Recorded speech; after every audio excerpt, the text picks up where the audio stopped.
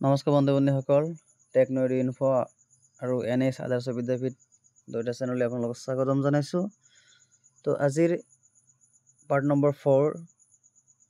তো আজিৰ যিটো টপিক হ'ল এইটো হৈছে লেংগুৱেজৰ ওপৰত, অসমীয়া লেংগুৱেজ, অসমীয়া ভাষাৰ ওপৰত আৰু অসমীয়া সাহিত্য জগতত অসমীয়া লোকসকলৰ বা অসমৰ ব্যক্তিসকলৰ যি অৱদান আছে তাৰ বিষয়ে অসম তথা ভাৰতৰ বিভিন্ন স্থানত অসমীয়া ব্যক্তিসকলে যিসমূহ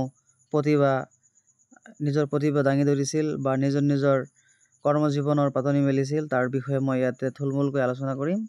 তো ইয়াৰ ভিতৰত যিখিনি ইনফৰ্মেটিভ কুৱেশ্যন আছে গোটেইখিনি এনচাৰ মই আপোনালোকক দিম আৰু এনচাৰখিনি খুবেই প্ৰয়োজনীয়।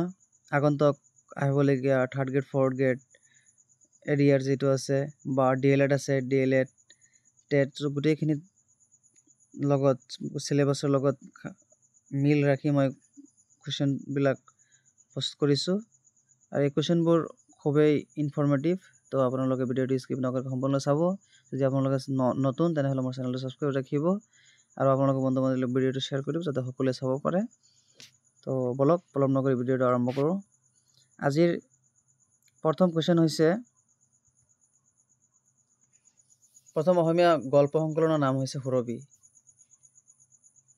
কুৱেশ্যন নম্বৰ 2ত আছে, প্ৰথম অসমীয়া চুটিগল্পৰ ৰচক আছিল লক্ষ্মীনাথ বেজবৰুৱা। মনত ৰাখিব। আৰু সাহিত্যৰথী বুলিও আমি লক্ষ্মীনাথ বেজবৰুৱাক জানো বা ৰসৰাজ বুলিও আমি লক্ষ্মীনাথ বেজবৰুৱাক জানো। তো এনেকৈ প্ৰশ্নবিলাক অকাই পকাই দিব পাৰে, আপোনালোকে জাষ্ট মনত ৰাখিলেই হ'ল আৰু ৰিভিজন কৰিব বাৰে বাৰে, তেনেহ'লে মনত থাকি যাব। অসমৰ প্ৰথম সাহিত্যিক পেঞ্চনাৰ কোন আছিল? অসমৰ প্ৰথম সাহিত্যিক পেঞ্চনাৰ আছিল পদ্মনাথ গোহাঁই বৰুৱা। কুৱেশ্যন নম্বৰ 4ত আছে, অসমৰ প্ৰথম মেডিকেল কলেজখনৰ নাম হৈছে অসম মেডিকেল কলেজ। প্ৰথম অসমীয়া ভ্ৰমণ কাহিনীৰ নাম কি? বিলাতৰ চিঠি। মনত ৰাখিব। সাহিত্য একাডেমী বঁটা বিজয়ী প্ৰথম অসমীয়া ব্যক্তি আছিল যতীন্দ্ৰনাথ দুৱৰা। মনত ৰাখিব। কুৱেশ্যন নম্বৰ 7ত আছে, অসমীয়া ভাষাত ডক্টৰেট ডিগ্ৰী লাভ কৰা ব্যক্তিগৰাকী আছিল ডক্টৰ বাণীকান্ত কাকতি। মনত ৰাখিব। কুৱেশ্যন নম্বৰ 8ত দিয়া আছে, অসমৰ প্ৰথম ছপাশাল আছিল মিছন প্ৰেছ। অসমৰ প্ৰথম মহিলা মহকুমা অধিপতি আছিল সুচিব্ৰতা ৰায়চৌধুৰী। কুৱেশ্যন নম্বৰ 10, অসমৰ প্ৰথম জাতীয় কংগ্ৰেছৰ সভাপতি কোন আছিল? অসমৰ প্ৰথম জাতীয় কংগ্ৰেছৰ সভাপতি আছিল দেৱকান্ত বৰুৱা। কুৱেশ্যন নম্বৰ 11ত আছে, প্ৰথম অসমীয়া বোলছবিখনৰ নাম আছিল জয়মতী আৰু এই জয়মতী জ্যোতিপ্ৰসাদ আগৰৱালাই প্ৰকাশ কৰিছিল আৰু 1935 চনত এই জয়মতীখন প্ৰকাশ পাইছিল। মনত ৰাখিব। তো ইয়াত মই 3টা এনচাৰ দি আছোঁ, 3টা এনচাৰৰ হয়তো কুৱেশ্যনবিলাক আপোনালোকে নিজে বনাই ল'ব। কুৱেশ্যন নম্বৰ 12ত আছে, বিলাতলৈ যোৱা অসমৰ প্ৰথম ব্যক্তি কোন আছিল? আনন্দৰাম ঢেকিয়াল ফুকন। কুৱেশ্যন নম্বৰ 13ত আছে, অসমৰ প্ৰথম ৰিজাৰ্ভ বেংকৰ সঞ্চালক কোন আছিল? অসমৰ আছিল। উত্তৰ হ'ব গণেশ ফুকন।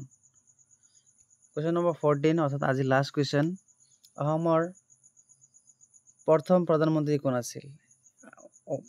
প্ৰথম আৰু এইটোৱে লাষ্ট যেন ছাৰ ছৈয়দ মহম্মদ ছাদুল্লাহ 1937ৰ পৰা 1946লৈকে এইটো এখেত অসমৰ প্ৰধানমন্ত্ৰী আছিল আৰু 1947 চনৰ পিছতহে এই CM যিটো মুখ্যমন্ত্ৰীৰ যিটো নিয়ম এইটো প্ৰচলন হৈছিল।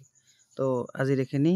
ইয়াৰ ভিতৰত কিবা যদি আপোনালোকে ভুল ত্ৰুটি পায় তেনেহ'লে মোক কমেণ্ট কৰি জনাব আৰু আপোনালোকৰ কিবা জানিবলৈ থাকিলে মোক কমেণ্ট কৰিব। মোৰ ইউটিউব চেনেল আছে আৰু এটা আছে NS আদৰ্শ বিদ্যাপীঠ, লগতে মোৰ ফেচবুক পেজো আছে টেকন'লজি ইনফো চেনেল। তো যদি আপোনালোকৰ কিবা কনফিউজন থাকে বা কিবা PDF লগা থাকে তেনেহ'লে মোক কমেণ্ট কৰি জনাব।